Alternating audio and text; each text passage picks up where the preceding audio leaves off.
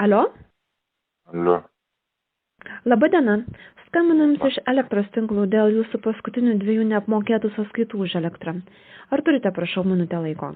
Taigi, prašau, aš apmokėjau viską. Atleiskit, aš jūsų gerai negirdžiu. Alio? Girdžiu aš jūs.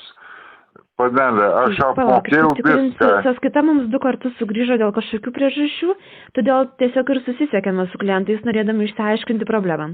Ja. Jūsų atveju, ar jūs žinote ką nors apie šią situaciją, ar tiesiog nusprendėte nemokėti sąskaitų dėl kažkokių taip priežasčių? Klausykit, jūs juokaujate, ar čia cirkus krečiat, aš vakar sumokėjau viską. Tiesiog noriu pranešti Jums, kad per 10 kalendorinių dienų Jums reikia padengti susidariusią skolą, o jeigu ne, tai mums dėja teks atjungti Jums elektrą. Aš neturiu skolų. Aš kreipsiuosi į teismą. Gerai, tai tiesiog nepamirškite. Nes, panelė, aš dabar palaukit minutę, aš paimsiu.